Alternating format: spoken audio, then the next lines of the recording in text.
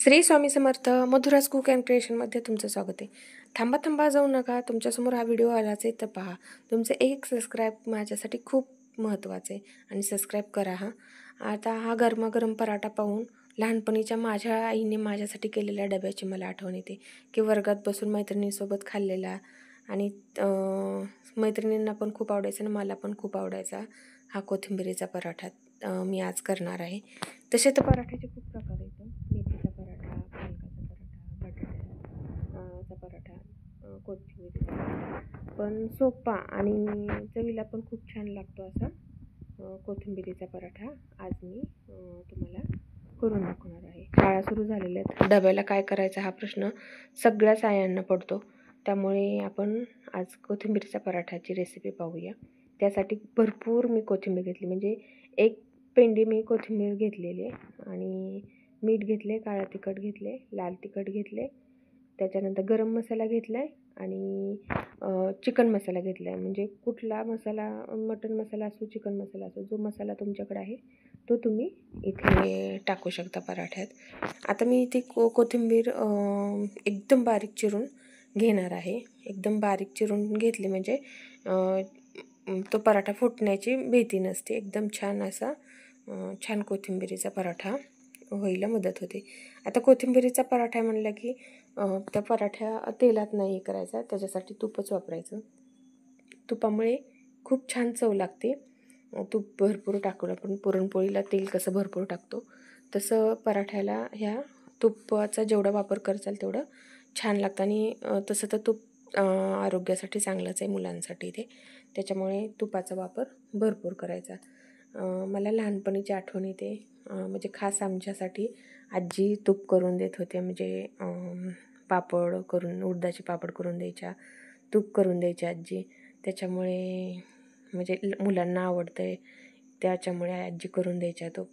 त्यामुळे खरंच खूप लहानपणीच्या आठवणी असतात मनात. आणि मग असं आता ज्यावेळेस काय मी करेल त्यावेळेस मला माझ्या आजीची आठवण येते.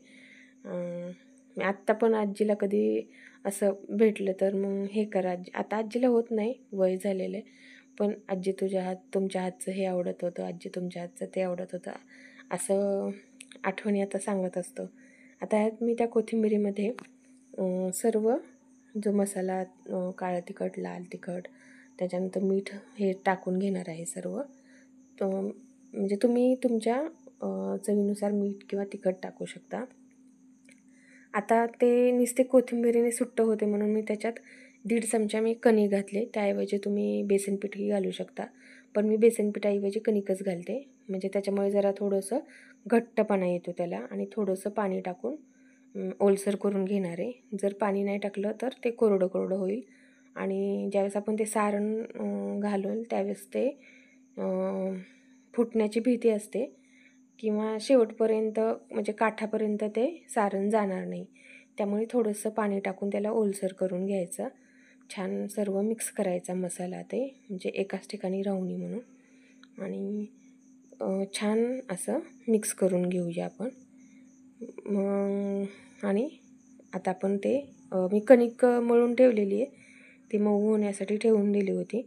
तेल लावून छान मऊ करून घेतलेली आहे कणिक. आणि आता मी कणकीचे गोळे करून ठेवलेत, त्याचे मी आता एक एक करून लाटून घेणार आहे. आणि त्याला लाटल्यानंतर आपण जो चपातीसाठी उंडा करतो त्याच्यासाठी जे तेल लावतो त्याऐवजी मी तूप लावलेले. तूप भरपूर लावायचं. आणि तूप कशासाठी लावायचं तर ते सारण चिटकून राहावं त्याला म्हणून. आणि याच्यात मी आता सारण घालून ठेवलं. आपण पुरण कसं घालतो त्याच्यात आणि उंडा करतो तसं ते सारण घालून मी उंडा केलेला आहे. आणि छान असं दाबून घेते कुठून फुटू नये म्हणून. आणि आता पुरणपोळीसारखं मी ते लाटून घेणार आहे. हलक्या हाताने लाटून घ्यायचं, थोडंसं सारखं पीठ लावून घ्यायचं म्हणजे फुटणार नाही.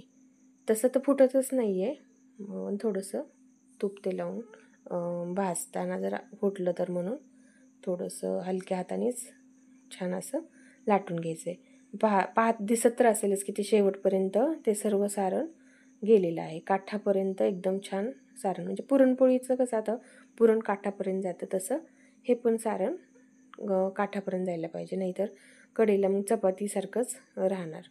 पाहतच असेल की शेवटपर्यंत ते सारण गेलेलं आहे. आता मी गॅस चालू करून ठेवलेला होता, तवा ठेवून त्याच्यावर गरम झालेलं आहे. त्याच्यावर आता मी ते पराठा टाकून घेते. सुरुवातीला लगेच तूप टाकायचं नाही आहे, थोडंसं खालच्यावर एकदा करायचं, म्हणजे तवा तापलेला की छान ते भाजलं जातं. आता तुपाची धार आपण सोडायची. जेवढं तूप जास्त टाकाल तेवढं छानच आहे. त्याच्यामध्ये आतमध्ये जेवढं तूप मिसळेल तेवढं छान लागतो हा पराठा. भरपूर तूप टाकून पुरणपोळीसारखा आपण छान भाजून घ्यायचा. आता खालीच्या वर केलं की त्याच्यावर पण तूप छान भरपूर सोडायचं आणि लाल खरपूस असं भाजायचं. आता हे सॉसबरोबर पण खाऊ शकतात किंवा आपल्या आंब्याच्या लोणच्याबरोबर पण खाऊ शकतो. आता आमच्या वेळेस सॉस काय नव्हता, पण आंब्याच्या लोणच्याबरोबर आई देत होते डब्याला. माझ्या मुलाला आणि मुलीला पण हा पराठा खूप आवडतो. मी सॉस पण डब्याला देत असते किंवा आंब्याचं लोणचं मी देत असते. त्यांना पण खूप आवडतो हा पराठा. एकदम पहा किती छान असं बघताच खाऊ वाटतो. एकदम लाल खरपूस असं भाजून घ्यायच्या. तुमच्याही काही लहानपणीच्या आठवणी असतील तर त्या कमेंटमध्ये सांगा आणि पराठा करून पहा आणि मला सांगा की कसा झाला होता. आणि माझे आधीचे सर्व व्हिडिओ पहा, व्हेजचे नॉनव्हेजचे, आणि माझ्या चॅनलला लाईक करा, शेअर करा आणि सबस्क्राईब करा. पहा किती छान असं पराठा झालेला आहे. आंब्याचं लोणचं आहे आणि सॉसबरोबर खाण्यासाठी तयार आहे. आणि करून पहा आणि मला कमेंटमध्ये सांगा की कसा झाला होता पराठा. आणि माझ्या चॅनलला लाईक करा, शेअर करा आणि सबस्क्राईब करा. श्री स्वामी समर्थ. धन्यवाद.